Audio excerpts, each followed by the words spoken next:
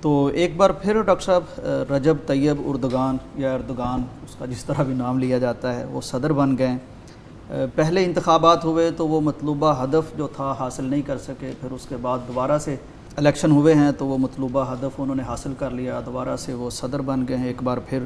یہ ڈاکٹر صاحب 2003 میں ترکی کے وزیر اعظم منتخب ہوئے تھے، پھر 2014 میں صدر بن گئے۔ انہوں نے کچھ چینجنگ بھی کی اپنے معاملات میں، 21 سال سے اقتدار میں ہے، ایک دفعہ پھر انہیں چن لیا گیا ہے۔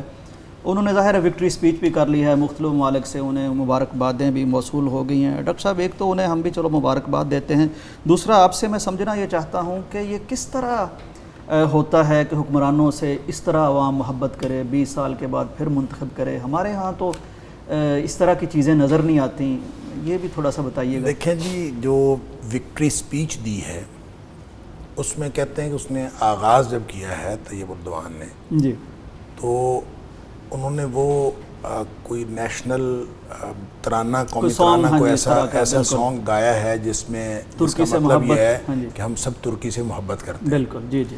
دیکھیں، یہ معاملہ ہے اونرشپ کا۔ آپ اگر ملکیت سمجھیں، اپنا گھر سمجھیں اور اپنا ملک سمجھیں اور اپنا ملک سمجھ کے اس کی خدمت کریں تو پھر عوام تو محبت کرتی ہے۔ اب دیکھیں، نو ڈاؤٹ کہ کوئی 47% ووٹ ان کے خلاف بھی پڑے ہیں، جی، لیکن 52% سے زائد ووٹ جو ہیں وہ ان کے حق میں پڑے ہیں۔ بالکل۔ تو کوئی 2.25 کروڑ ووٹ ہیں جو ان کو پڑے ہیں۔ جی، تو اسی طرح جس آدمی نے خدمت کی ہوتی ہے، 2.70 کروڑ بنتے ہیں ڈاکٹر صاحب۔ ہاں جی، وہ 2.25 کروڑ تقریباً بنتے ہیں۔ تو جس آدمی نے خدمت کی ہوتی ہے، پھر ظاہر ہے لوگ اس کا ساتھ نہیں چھوڑتے۔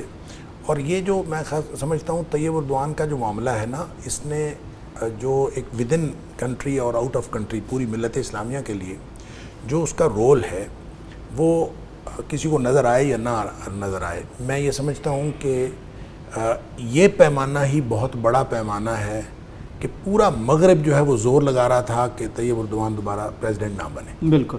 تو وہ جو قرآن کا فارمولہ ہے، تمسسکم حسنۃ تسؤہم، کہ اگر تمہیں کوئی اچھائی پہنچے تو تمہارے دشمنوں کو اس سے بڑی تکلیف ہوتی ہے۔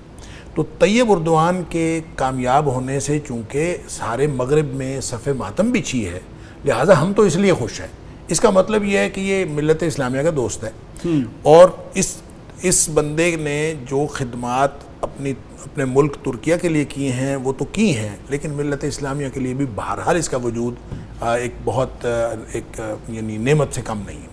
اس لیے میں یہ سمجھتا ہوں کہ مسلمانوں کو اس پہ خوشی بھی منانی چاہیے اور مبارکباد بھرپور قسم کی دینی چاہیے، صرف کوئی سرسری اور کارروائی پوری کرتے ہوئے نہیں کہ ہم مبارکباد دیں، ہمیں بھرپور مبارکباد دینی چاہیے۔ اور ہمارے حکمرانوں کو بھی اس طرح کے حکمرانوں سے سبق سیکھنا چاہیے کہ جنہوں نے پوری زندگی اس طرح سے لگائی ہے کہ لوگ ان کو بار بار ووٹ دیتے ہیں، اور وہ کوئی ان کو ایسا ضرورت پیش نہیں آتی کہ وہ اپنے عوام کے ساتھ کوئی 2 نمبری کریں، کوئی عوام کے ساتھ کوئی ایسا طریقہ کریں کہ ان سے ان کا جمہوری حق چھین لیں، یا کوئی ایسا طریقہ کریں کہ جس سے وہ ہمارے ملک میں تو عوام کو جو ووٹ کو عزت دو کہنے والے ہیں وہ بھی کچھ عرصہ بعد اپنا موقف بدل لیتے ہیں اور پھر ووٹ کو عزت دینے کی بات چھوڑ دیتے ہیں۔